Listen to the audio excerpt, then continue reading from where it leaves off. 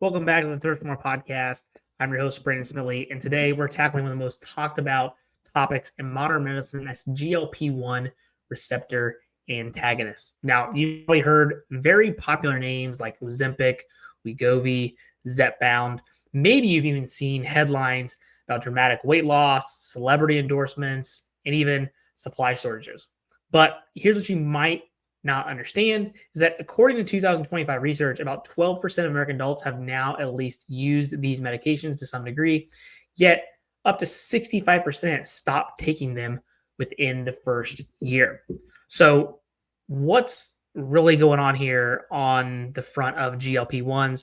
Are these miracle drugs that some claim them to be? What does the latest scientific literature and research tell us about their benefits, the risks, and why are so many people choosing to discontinue using them? So today, I'm going to try to give you a complete understanding of GLP-1 drugs from the ground up, from the research that I've done, looking in through stuff online and trying to find out as much information as I could. Because I'll be honest, I have not used a GLP-1 drug. I actually only know of a couple people that have, I'll say, dabbled in them. Again, they're not continuing to use them. I know it is somewhat controversial of a topic right now, whether it's being considered a shortcut or what are the long-term health benefits. We're going to kind of just dive into all this and everything that I happen to find here while doing this research. And so first, I really kind of want to start with just the basic science and explore the health benefits the researchers are discovering and honestly examine the challenges and the side effects, and then make you understand what the research actually says about who might benefit from these medications. So whether you're curious about the drugs for yourself, family member, a client, or you just want to understand one of the most biggest medical stories probably of our time, this episode is going to give you some comprehensive science-based aspect of GLP-1s that you're looking for and maybe even can reference or even pass on to somebody else. So let's start from the foundation first, really understanding what GLP-1 drugs are and what GLP-1 actually is in your body. So GLP-1 stands for glucagon-like peptide 1, and it's a hormone that your small intestine naturally produces when you eat. So think of this as your body's sophisticated meal management system. So when food hits your intestines, they release this hormone to coordinate several important responses. So response number one is that GLP-1 tells your pancreas to release insulin, but only when your blood sugar is elevated. So this is brilliant because what it means is that you get help managing good blood sugar without the risk of dangerous low blood sugar episodes that can happen with some other diabetic-based medications. Number two, it blocks the release of glucagon, another hormone that raises blood sugar. So you're getting a double benefit from the blood sugar control. Thirdly, this is where things really start to get interesting. GLP-1 slow down how quickly your stomach empties. So this means the food is actually moving through your digestive system even more slowly, which helps prevent blood sugar spikes and also makes you feel fuller longer. Fourthly, GLP-1s act on your brain, specifically areas that control hunger and satiation. And it's literally communicating with your brain to say, hey, we've had enough food. You can stop eating now. Now, here's kind of the challenge that scientists have faced. So natural GLP-1 in your body, breaks down very quickly, and it's estimated just a couple of minutes. So you can't just inject natural GLP-1 as a medication because it wouldn't last long enough to be useful, at least in the context that we're talking about now with GLP-1s and how it's being medicated and prescribed. So the breakthrough came when these researchers figured out that they could create a synthetic version of it that can last much longer in your body. So the first GLP-1 agonist was approved by the FDA back in 2005, but these medications really took off in the past few years as newer, more effective versions have now become available. So let's kind of talk about what the current landscape looks like. So today we have several different GLP-1 medications available. Some you inject daily, others weekly. Some are specifically approved for diabetes, others for weight loss, and some for both. Brand names that you're probably familiar with are Ozempic and Wegovy, and they both contain Semaglutide. There's also Zepbound, which contains I hope I say this right, Tirzepatide, and others are also out there as well. So something that we crucially need to understand here, though, is that while something like Zepbound, so the Tirzepatide, is often grouped with GLP-1 drugs, it's actually what we call a dual agonist, and it activates both GLP-1 receptors and GIP receptors, which may explain why it often shows even more dramatic effects. So now that we've kind of got that very basic science down, again, I'm not a scientist, so I'm just kind of reading the information here that I've kind of dug up to provide that with you, because again, I'm still learning about this myself as well. Let's kind of talk about what the researchers found about the remarkable benefits that these medications can provide. So when most people think about the GLP-1 drugs, they think about weight loss. And while the weight loss effects are impressive, being a health, fitness, strength and conditioning podcast and individual, that's kind of where I always see it mentioned and used, right? I mean, even having people ask me about what I think about it and whether I think they should take it, and we can talk about that a little bit later.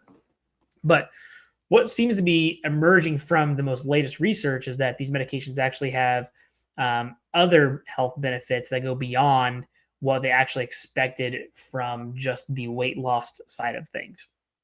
So let's just start blatantly with what we know best about it, and that is the weight loss. And in clinical trials, people are taking Wegovy, Semaglutide, tend to lose on average of 12 to 15% of their body weight over 68 weeks.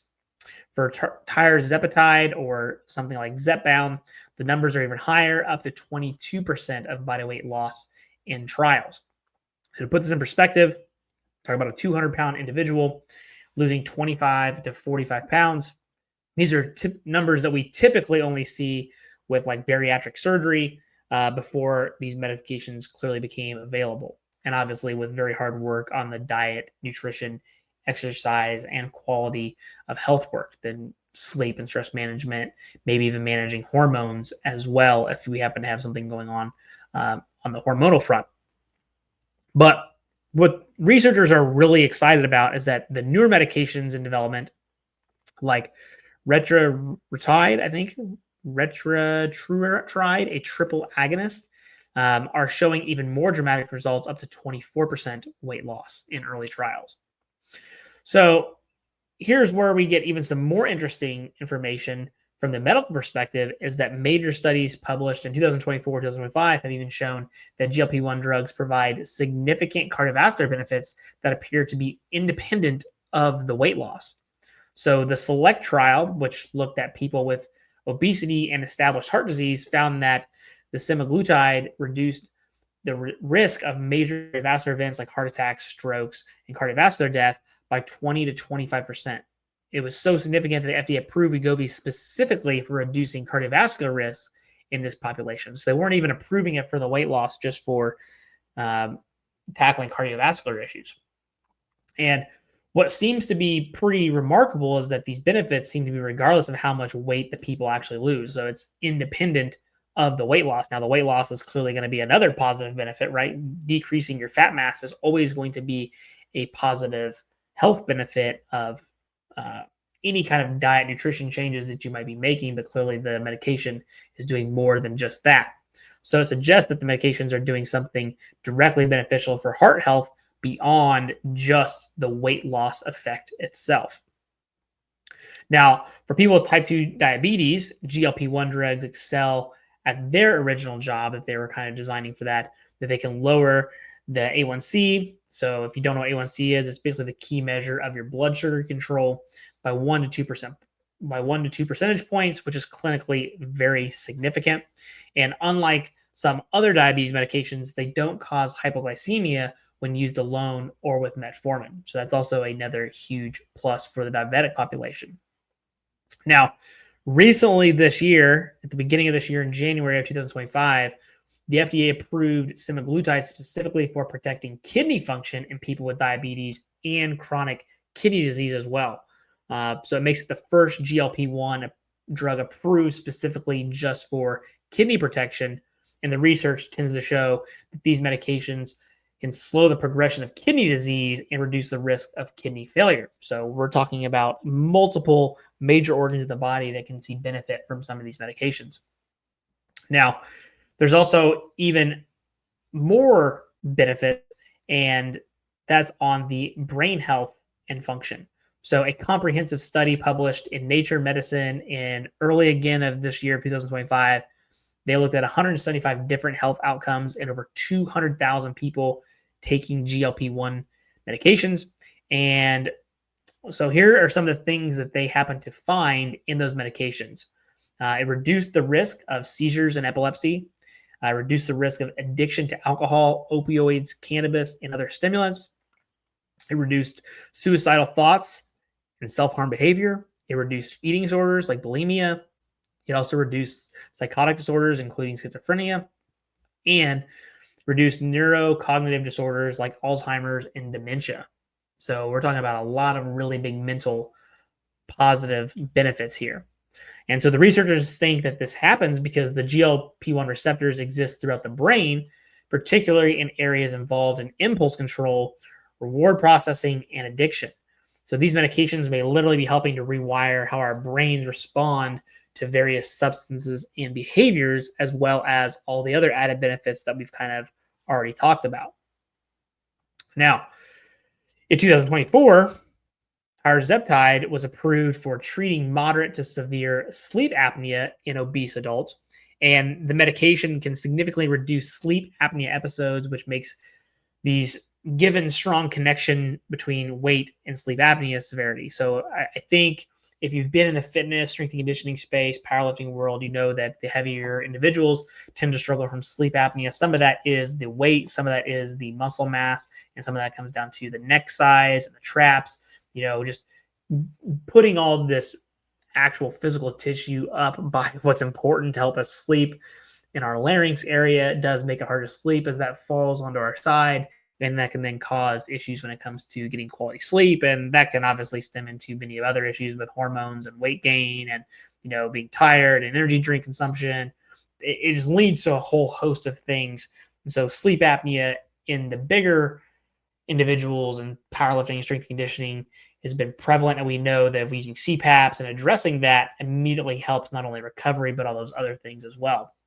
But the research is also showing benefits for metabolic liver disease, also called fatty liver disease. The medications appear to help reduce liver fat and inflammation, potentially slowing progression to more serious liver problems as well. So, you're talking about some major, major issues, health issues that we're having to see now, and now 2025, that we're having to find a medication that's helping with a lot of severe health issues that can really improve the quality of your life if they are addressed appropriately.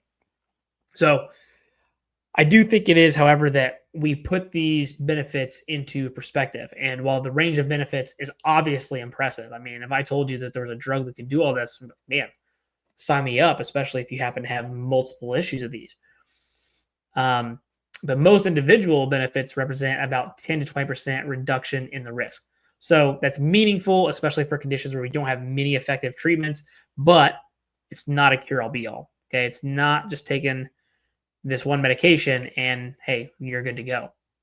So as one researcher has even put it, that these medications may be most beneficial when combined with other interventions like lifestyle changes and additional treatments, rather than just the standalone solutions. So we've seen impressive range of benefits clearly, but no medication is obviously without its downsides. So let's kind of talk about what the challenges and the risks might be of these medications. So first of all, if GLP-1 drugs were perfect, we would not see 50 to 65% of people discontinue them within a year. Those are the statistics as of right now. And so what's driving these high discontinuation rates, and what risks should people be aware of? If you happen to be talking about clients or, family members, they're thinking about saying, I'm thinking about jumping on the Ozempic, right? What are the risks there? And if there's, over 50% of people are quitting after a year, is this by their own choice, or is there something going on with the medication that is giving them some kind of issue? So like I said, let's kind of start with that statistic that according to 2024 and 2025 studies, between 46.5 and 64.8% of people stopped taking GLP-1 medications within the first year. For people without diabetes, the discontinuation rate is even higher than those with the diabetes. So research from Northwestern Medicine has called these quote unquote staggeringly high discontinuation rates, and that should quote unquote raise alarms for clinicians and policymakers. So what's going on here? Let's kind of dive a little deeper onto this.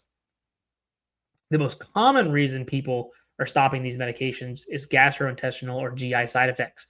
So things like nausea, vomiting, diarrhea, constipation. These aren't rare. They affect 40 to 70% of people taking GLP-1 drugs, depending upon the one that you're on.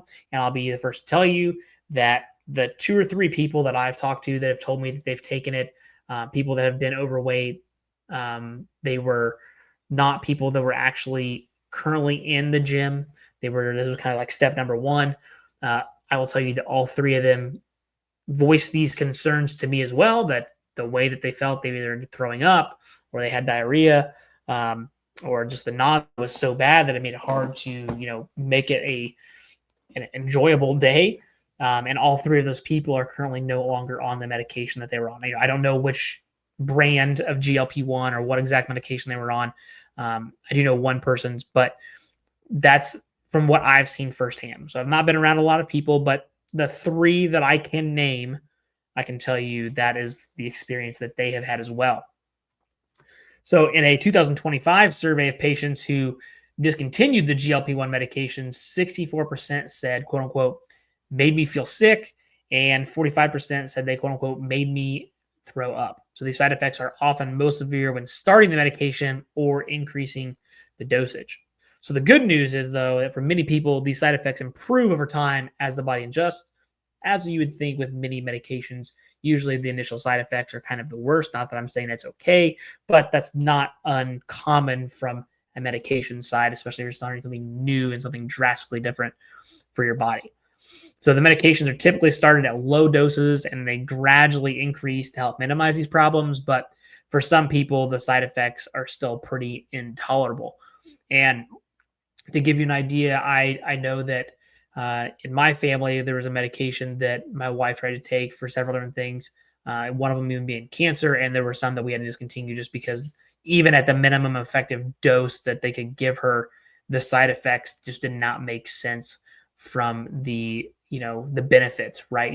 You want to come out of this with a net positive. And if the side effects are worse than the initial issue that you had, it really makes you question whether you should even take the medication.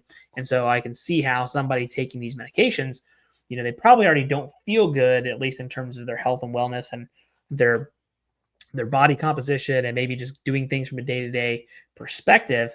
And then you add in throwing up or diarrhea or constant nausea into the equation, and you're thinking this is going to try to help improve your health, and here you are feeling like shit. So I can completely understand how that could be something that you could run into and how people are wanting to get off those medications because of that, right? They're in a tough situation there. And so the next thing I kind of want to talk here about is the quote unquote Ozempic face. I'm sure we've all kind of seen this in social media. So the Ozempic face refers to the facial changes that happen with rapid weight loss, primarily loss of the facial fat, and then that makes people look older or, their face looks a little sunken in. It's important to understand this isn't specific to GLP-1 drugs. It can happen with any kind of rapid weight loss. So anytime you lose weight quickly, your body doesn't have like this time to like quickly adapt or gradually adapt. I'm sorry, it's quickly just losing body fat, especially if you're in a calorie deficit and the medications are also doing their jobs. So the faster the weight loss, the more noticeable the changes are. That's pretty common for most people. We see people see massive weight losses early, just any intervention. It's a very common thing, but the Ozempic face, quote unquote Ozempic face, is making that seem a little more prevalent. So the changes obviously resolve over time. Some people, I guess, at least according to this one, I found some people are even considering now facial cosmetic procedures to deal with it. I mean, I guess if you're severely overweight, like we're talking 100, 150 pounds overweight or more, then I can definitely see that. But that's their own choice, but something to also consider as well. Of a potential pitfall is that what's going to happen from a body perspective, and will you have body dysmorphia, and will that make you take cosmetic changes that maybe you don't have to have, but you're feeling pressure? Those are all real things as well. So we really need to talk about the more serious and potential risks, though. And while they are rare, I do think it's important that they're at least brought up and we actually do talk about them. And so the first one's going to be pancreatitis, which is just the inflammation of your pancreas. And that's been reported with the GLP-1s. Multiple large studies haven't established a clear causal relationship. People with diabetes and obesity already have higher risk of pancreatitis, making it difficult to determine if the medications are actually causing the problem. Another one is gastroparesis, which is a condition where the stomach empties very slowly or stops emptying altogether. And this is more serious than the normal slowing of your digestion that the medications cause. And while it is very rare, it can require stopping the medication and the medical intervention as well. And there have even been reports of acute kidney injury, primarily due to severe dehydration from nausea and vomiting. So this clearly tells us that the importance of staying well hydrated and seeking medical attention if your side effects become too severe should be of utmost importance, whether it be you taking the medication or somebody you know. I think hydration is always important, but definitely on these medications, it can be even more important on that front. Another big elephant in the room that we need to talk about is the cost. And so these medications can be pricey. And these medications can cost $1,000 or more per month without insurance coverage. And with insurance, copays can still be pretty substantial. So research shows that people paying more than $60 per month have significantly higher discontinuation rates than those with lower costs. Interesting, though, those paying over $100 per month sometimes stick with the treatment longer, and they think that's because the psychological investment is what's keeping them involved, right? If they're seeing that I'm paying all this money, I need to stick it out. So it goes with any kind of business front, is that if you offer something really cheap, yes, you might get a lot of people to start, but it's also very easy for them to quit. So usually retention is much higher. Well, where if you have a service that is more expensive, while it's a slower trickle in of people starting a program or starting a business service or investing in that product, chances are they're going to stick with that longer because they're actually invested in it, right? They begin to put value into something, and so they think stepping away from that costs more than the actual money they're paying. So you got to make them appreciate that value as well. But these medications are kind of no different. That those that are getting them incredibly cheap, it's much easier for them to just discontinue them because they're like, it was only $50 a month. It's not that big of a deal. I'm not that invested into it. So insurance coverages are obviously going to vary with the insurance world today.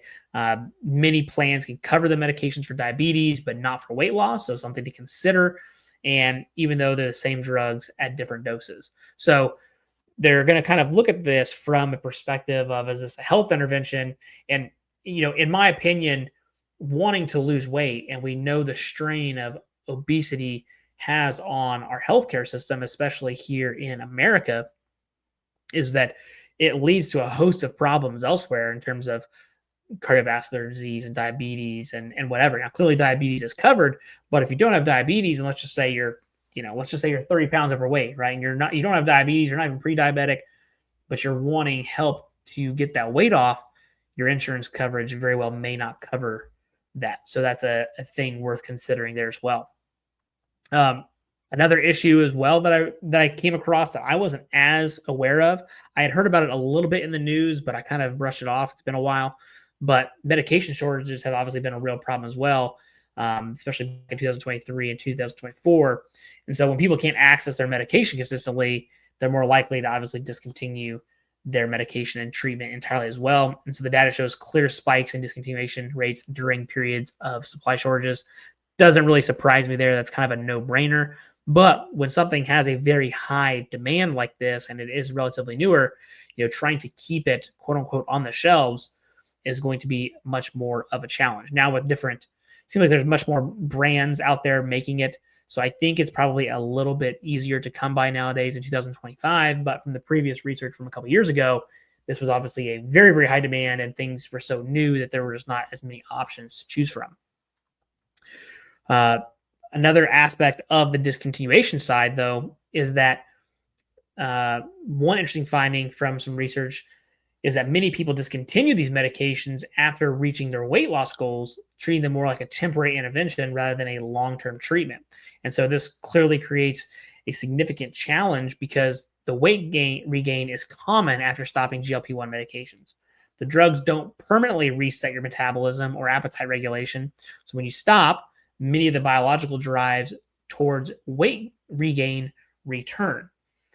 And so I think the important thing here is that and this is where I'm going to kind of get into some personal aspects, is that I am not against GLP-1s, especially if it gets people moving in the right direction and gets them, thinking about their health and gets them healthier and decreases their risk of their diabetes and their cardiovascular issues. And it's having the brain health benefits and kidney health benefits. Like, these are all amazing things that can help people's health. And I think that's incredibly important. However, it's kind of one of those things where, like, if this is the only intervention that you're going to take, is it an intervention that you're willing to take the rest of your life? Because, again, going back to this, you stop taking the GLP-1 medication and nothing else has changed, right? You've not worked on your nutritional habits. You've not worked on your physical activity. You've not worked on your quality of sleep, your hydration, right? Your stress management. If you've not addressed any of those other things and you are literally just taking the GLP-1 for that initial weight loss, your success is going to be much less than those that are actually making lifestyle changes along with the GLP-1, right? We talked about in the last episode or 2 episodes ago, I can't remember now from this recording, about 75 Hard and how that wasn't, again, not necessarily about the weight loss. It's about the psychological piece of that program and then how that carries over into the weight loss. So you really want to make sure that if this is something that you're interested in taking, or you are currently on it, or you know somebody on it, if they're in it from the weight loss perspective, again, I applaud that. I have nothing against that. But we should try to also double down and work on trying to improve our lifestyle factors at the same time. So let's kind of talk about who's the most likely to discontinue. And the research has identified some patterns. And so let's talk about those. So the first one is younger adults, which is they have grouped as ages 18 to 34 discontinue more frequently than older adults. People without diabetes also discontinue more often than those with diabetes. So again, they've got that driving factor. They want to get rid of their diabetes. So mainly looking at the weight loss versus the diabetes side for the most part there. And those prescribed by specialists in obesity medicine tend to persist longer than those prescribed by other types of doctors. So what I took from this point was those that are seeking, again, the lifestyle help that's going to help them with their obesity from probably a food and nutrition management and also a physical activity perspective, clearly teams tend to last longer, again, because they're building up those quality lifestyle habits. And then lastly, people who don't see early weight loss results are also more likely to stop. I mean, that one kind of seems to make sense. You're investing this money, you're taking this medication, you might be having these side effects. You're in it to lose some weight. You might see 5 pounds, but you got a friend that dropped 20. You start comparing. You're like, well, why wasn't that me? Again, with medications and individual differences, everybody's going to react differently. And so this is one of those things where you've got to, I don't want to say buy in for the long haul, but you do have to make a longer term commitment on a medication like this. This is not going to be a 1 month, 2 month thing that's going to immediately help you drop 15 to 20 pounds. And then you just stop off on it. And that 15, 20 pounds is going to stay off the rest of your life and you carry on. That is not the type of person that these medications are for. And so I think if we can pinpoint the people that are doing their things, I think it will make it easier to have more success with these medications. Let's talk about some of the risk-benefit considerations. So this is kind of really where I would say most people, when we talk about GLP-1s or you're seeing stuff online about them, this is kind of the headbutt that we're starting to see here. And for most people, the benefits of the GLP-1 medication significantly outweigh the risks. That's just the flat out truth. The benefits seem to give it a net positive when we start factoring in any kind of risks. So the cardiovascular benefits alone are obviously life-saving for some people and the appropriate candidates. And these medications aren't right for everyone, and the decision to start them should involve careful consideration of individual circumstances. So understanding both the benefits and the challenges let's talk about what this means for different types of people who might be considering these medications. So who should consider the GLP-1s, and let's try to get some practical guidance here that if you have a client or have a family member or a loved one that is considering or is even already currently on a GLP-1, we can kind of determine, are they the right person that should be considering this medication? So the clear candidates, so based on the current research and the FDA approvals, there's a couple groups where the evidence for the benefit is the strongest, and these are the people that I would say 100% if you're interested in a GLP-1 and you're working closely with a doctor, individual that specializes in these things, then I think you're probably going to be given a green light pretty easily. And so the first one's going to be people with type 2 diabetes. And this is where there's the most robust long-term data available. So people with type 2 diabetes need better blood sugar control, especially if you could also benefit from the weight loss. The GLP-1 medications are often going to be considered an excellent choice.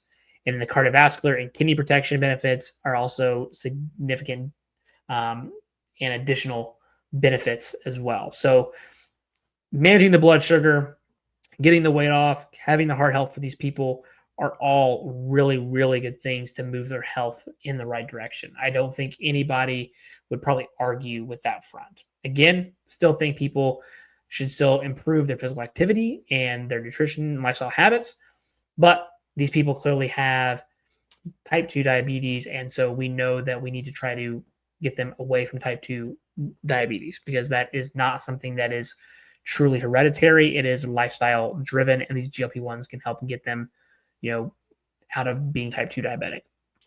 Secondly, it's going to be people with obesity and cardiovascular disease, kind of going back to that same front that the SELECT trial specifically studied this population and found dramatic reductions in heart attacks, strokes, cardiovascular diseases, and deaths. So for someone with obesity and already has an established heart disease of some kind or cardiovascular issues, the cardiovascular benefits alone are probably going to justify the treatment for these people as well. Again, trying to improve their quality of life and extend their life is an incredible, great thing that you can get from this medication.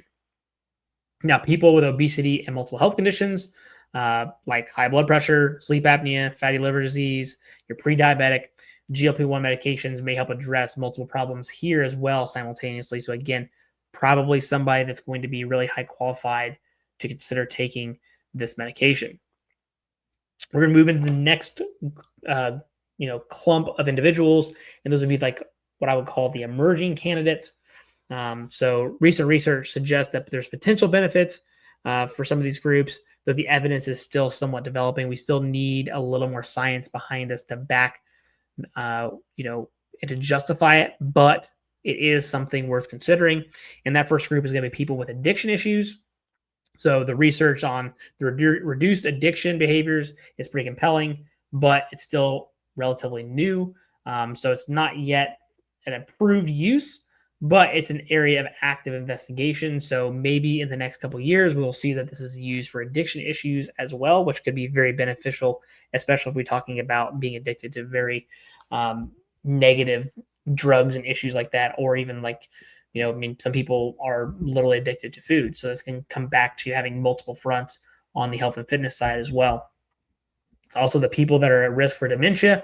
So the cognitive protection here are interesting, but again, there needs to be more longer-term studies and research done to understand if medications are truly going to prevent or delay any kind of neurodegenerative diseases. Again, having a loved one that has recently passed away from this, my wife's grandma, I can completely understand why this would also, again, be something worth considering. Seeing how the end stages of that went over the past year in real life for, my wife and her grandma being somebody that I've been close to since she came into my life. I completely understand how this could be something that would be worth considering as well, especially if we start getting into the older populations. If there is benefits, then it is a medication that I'm sure many families would really want to consider.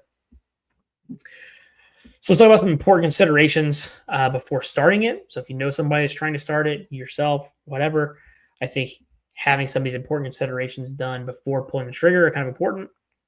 So the first one is going to be weight loss goals and expectations. So these medications work best for people who need to lose significant amounts of weight, typically those with obesity. You can say what you want about obesity, but that's usually how most studies look at obesity and overweight. So people with a BMI over 30 or overweight with health conditions. So a BMI of about 27 or 28 with health conditions. So they may not be obese yet, but they're overweight, but they're already showing negative issues on the health front. I think those people are going to be better qualified. If you feel that you only need to drop, like, say, 10 or 15 pounds, the risk benefit calculation is probably going to be a little bit different. May not be something that's worth considering. 10 to 15 pounds, well, I don't want to say is going to be an easy weight loss goal because, again, it depends on who you are and what you've been through. But generally speaking, that would be much more manageable through a quality action of exercise and nutrition. But again, it all will depend. So I think if you clearly have a lot of weight to lose, then it becomes obviously much more understanding of why you would try to take it. Another important piece is going to be commitment to long-term treatment. Kind of was talking about this earlier, that the evidence suggests that they work best from a long-term perspective. I mentioned it's not going to be a 1 or 2 month stint and it's going to fix all your issues or help anything. People, you got to have a long-term buy-in here. So if you're looking for a short-term solution, GLP-1s are not going to be what you want. You might want to try other things. Again, going back to the lifestyle factors, I cannot remember that home enough. So that's something to look at it, as well as say, hey, when you're considering these, say 6 to 12 months at a minimum, right? If you're not willing to do it for that long, that you might want to wait or find other alternatives in the time being until it is a good time to make that longer term commitment. And of course, another big issue just in general with healthcare is the financial considerations. Can you afford these medications long term? So not only can you commit to staying on it and taking the medications, but can you even afford it for that long? And so discontinuing just from cost alone is obviously then going to probably lead to weight regain if you're taking it from the weight loss side. And it really, really stinks that in today's world that if medications are truly beneficial for health, that money is the end-all be-all of whether you can actually get the medications that you want. And I could go in a whole rant on this. Maybe it's a different podcast for a different day. But I do believe that preventative healthcare should be much more affordable and be rewarded. And this, at this point, GLP-1s is where it kind of has a, I guess the best way to put it is that we're controversial with is it truly preventative? Because you're giving it to people that probably could have been preventative earlier on. And so now we're being reactive. And so that's kind of a catch-22, because clearly if it's got all these amazing health benefits, then that's being proactive from seeing these issues rear their ugly head later on, but you're clearly also in a bad enough place that you're needing to take the medications to get to that point. So it's a really sticky subject, I think, because of that right there, because we found something that can be beneficial, but is it truly preventative? It's kind of teetering the line, and I'll let you make that decision of whether you think it's actually truly preventative medication or if it's more reactive medication. There's also going to be the tolerance for the side effects. Again, we talked about, can you handle the issues, the GI side effects, the first 2 to 3 months, maybe even longer. And I think being educated, understanding, telling people, having real expectations of what that's like, can then prepare people to be able to be ready for it. Now, I do think that there might be some medications that you can take to fight with the nausea and whatever. But again, the more that you can be aware of it, I guess, the better. Let's kind of talk about who should be cautious with these. Number one is going to be the people that have history of the pancreatitis, as we talked about. And while causation hasn't been proven exactly, many doctors are being cautious about prescribing the GLP-1s if they've got some kind of pancreatitis history in their family. Again, going back to the gastroparesis, so considering they slow that stomach emptying, it could worsen that. So if people already have this or they've shown issues with this before from other medications, then that's going to be something that doctors are going to kind of pump their brakes on.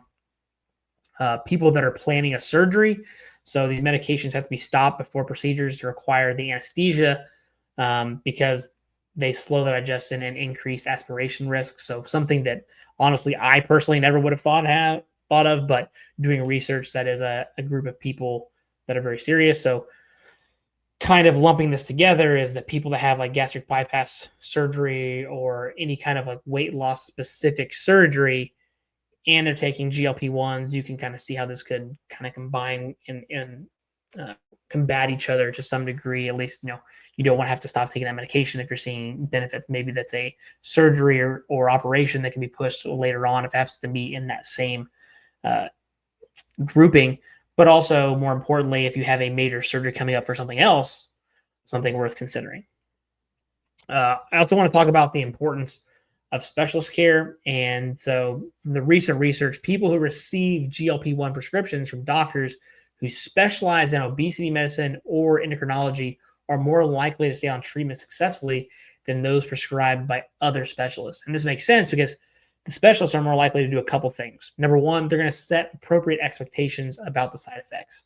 They're going to be I don't want to say they're going to be more upfront, but the obesity doctors are dealing with obesity every single day, where your normal doctor that you go to for your annual checkup, maybe not as much. They're also going to use proper dose escalation strategies. So I think they're going to try to be much more steady with how they're prescribing this and try to start as slow as possible and ramp you up, where again, a regular doctor that's not prescribing as much may or may not be more aggressive or not as aggressive, depending upon what kind of adjustments you need to take. They're also going to provide ongoing support for side effect management. That can be really huge, dealing with the side effects that you're getting from it.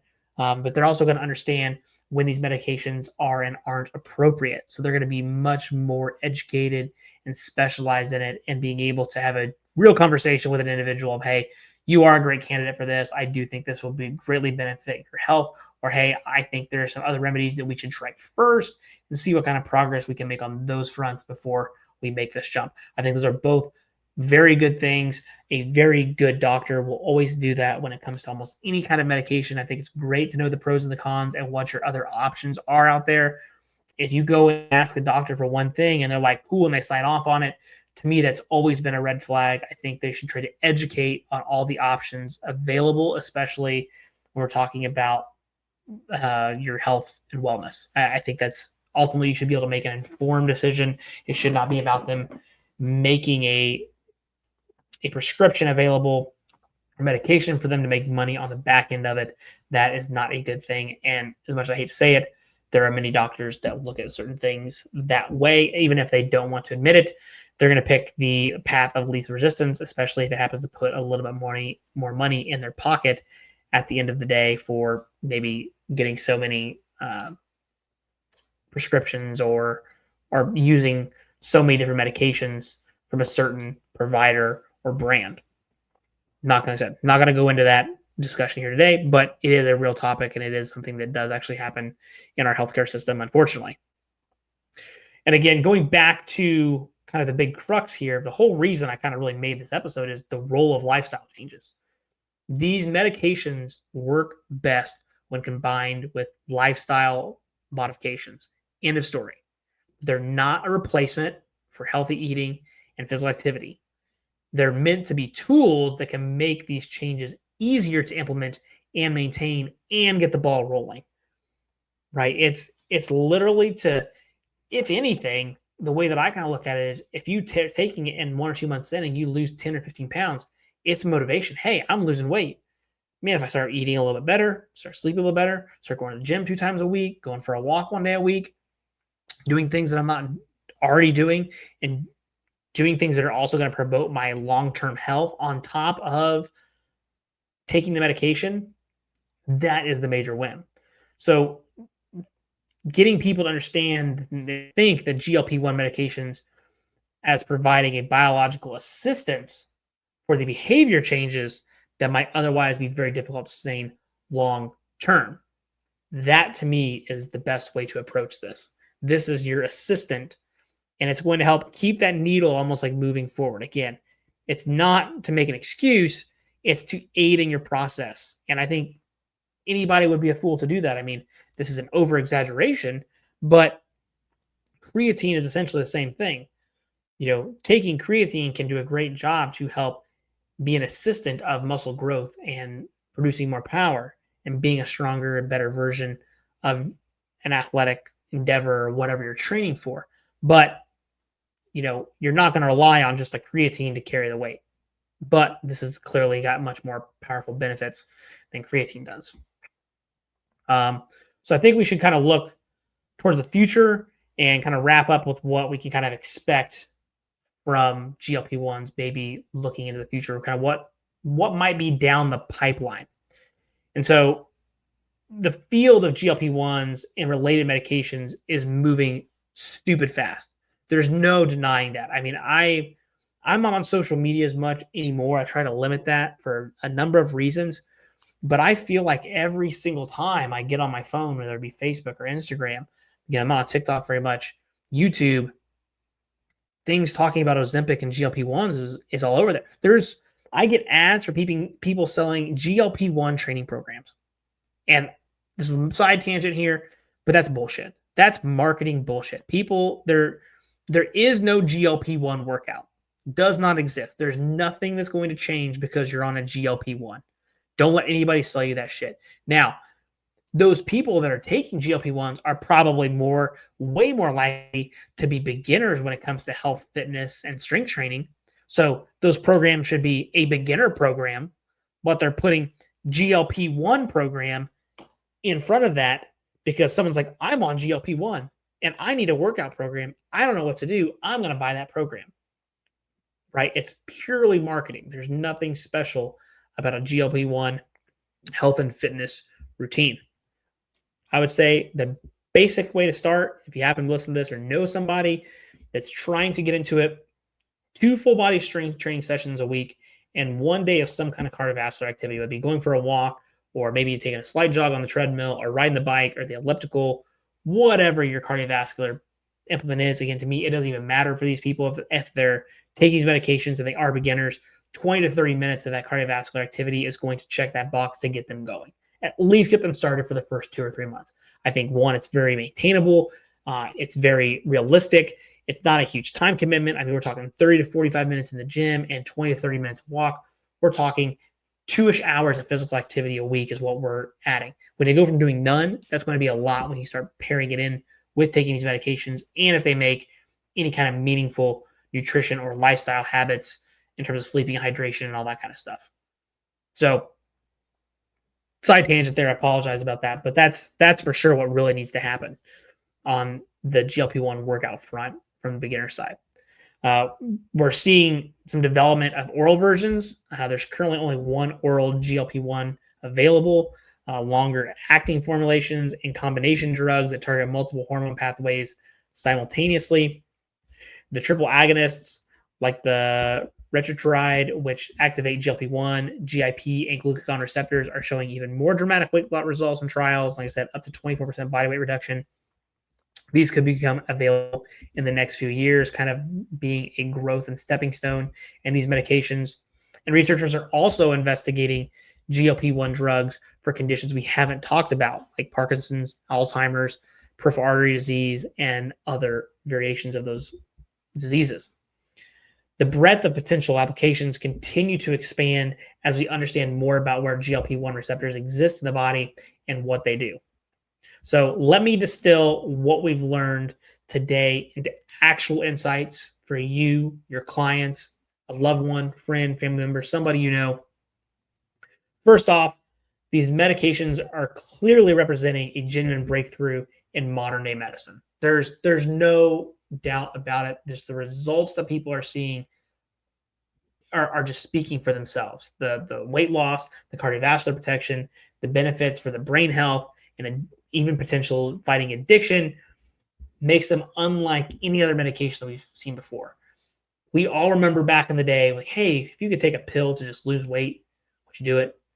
This is damn near that. Now, it's clearly long-term, but I mean, to have medications this powerful and this successful for these particular populations and improving people's health, that is a true win for modern medicine in today here in 2025 and beyond. Secondly, and also as a kind of to death here. They're not going to be magic bullets, though. There's clearly right now already high discontinuation rates, significant side effects for many people, and the cost issues might mean they're not exactly for everybody.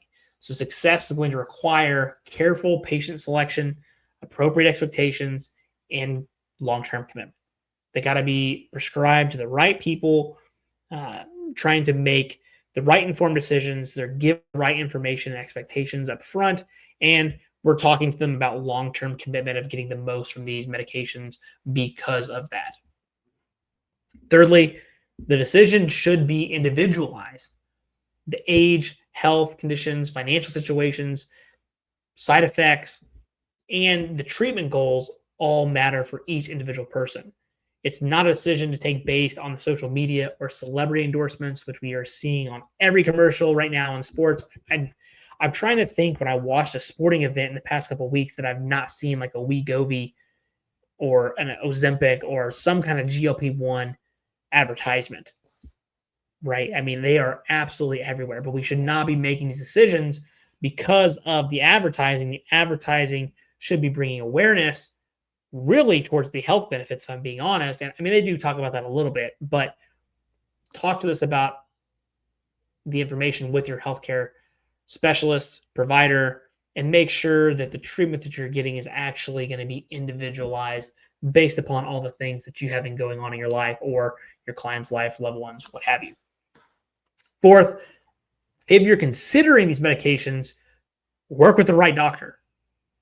Get a specialist in obesity-based medicine or endocrinology who are more likely to help you succeed than doctors who occasionally prescribe the drugs like your regular family practitioner. I'm not knocking the family practitioner. I have nothing against them.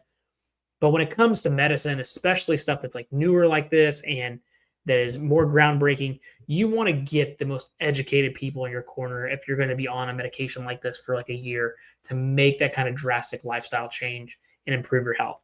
I don't think it's something that you want to fumble around with. I think it's going to set you up on the right foot to get going early on. And so finding that specialist, in my opinion, would be step number one. Once you've kind of committed to, hey, is the medication for me or my loved one, let's go find a specialist that does this. This is their thing now. I think this is going to probably eventually being like a specialist area for the obesity-based medicine doctors and endocrinologists. Is their main thing is to help people lose their weight and how to monitor and use their GLP-1s effectively. You'll basically go see your normal practitioner, your family doctor, and then they're going to say, hey, I got a specialist for this. Or you can ask them, hey, I need to go to a specialist for this. And I think that's the route to go. Fifth, kind of already touched on this one again, but got to think long-term. Again, this seems to be the long-term based treatment medication. It is not going to be a 1, 2, 3 month stint. Make sure that if this is a medication that you're wanting to use or you know somebody wanting to use, you preach the long-term commitment piece. I think that should go for anything health, fitness, lifestyle related. You got to take a long-term buy-in. There are no quick fixes when it comes to health, fitness, and wellness. There just are not. There are things that can give you some quick temporary relief and start addressing some underlying issues. They can speed things up. But in the health and fitness world, most things are going to be long-term commitment. This medication, especially from the weight loss and the health benefits, is going to be a long-term approach.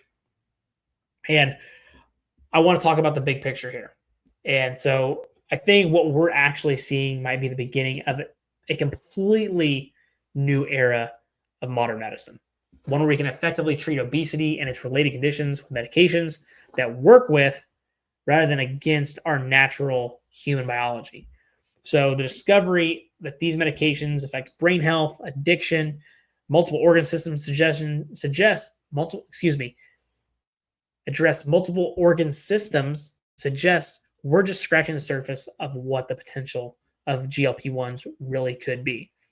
But obviously, as with anything powerful, tool-related, medication-related, health-related, they need to be used thoughtfully and appropriately for the right people, and people need to be educated, especially when we start talking about medications. Again, I'm not a doctor.